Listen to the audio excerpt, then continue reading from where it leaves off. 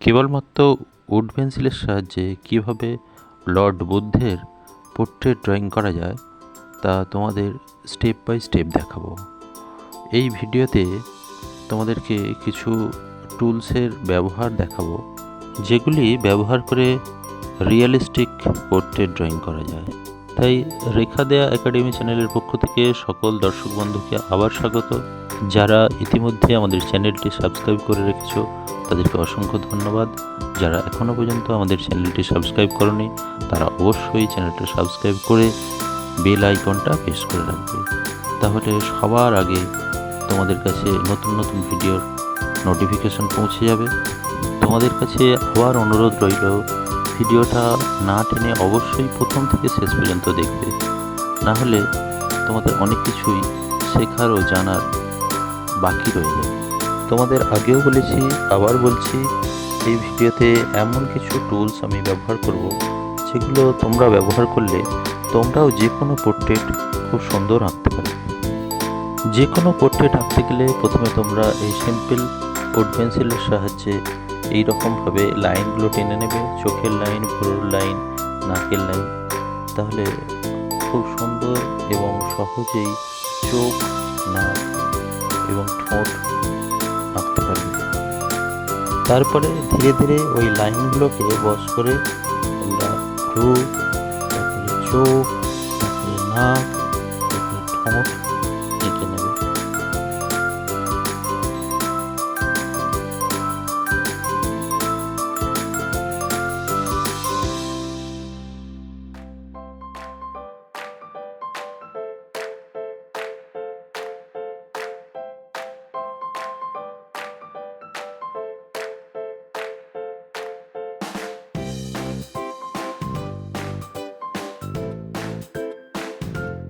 এতক্ষণ পর্যন্ত কেবলমাত্র 2B বা HB পেন্সিলের সাহায্যে সমস্ত ড্রয়িংটা করে নিলাম। এরপরে আমরা 10B পেন্সিল ইউজ করব।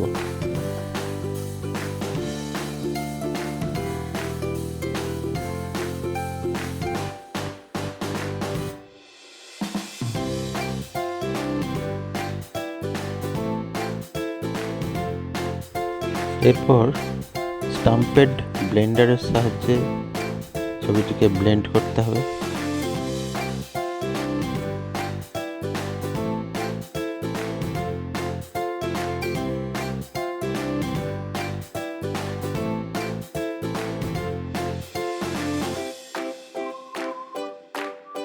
আবার আমি ব্লেন্ডারের সাহায্যে ব্লেন্ড করছি। এরপর স্যান্ড পেপারের সাহায্যে পেন্সিলের ডাস্ট বানিয়ে নিলাম। পেন্সিলের ডাস্টগুলো নিয়ে ব্লেন্ডারের সাহায্যে ব্লেন্ড করা হলো। এরপর ইউজ করছি আমি ডোমসের রিট্রাক্টেবল ইরেজার। এই পেনের মতন ইরেজারের সাহায্যে সরু এবং সূক্ষ্ম জায়গাগুলো ইরেজ করতে খুব সুবিধা হয়।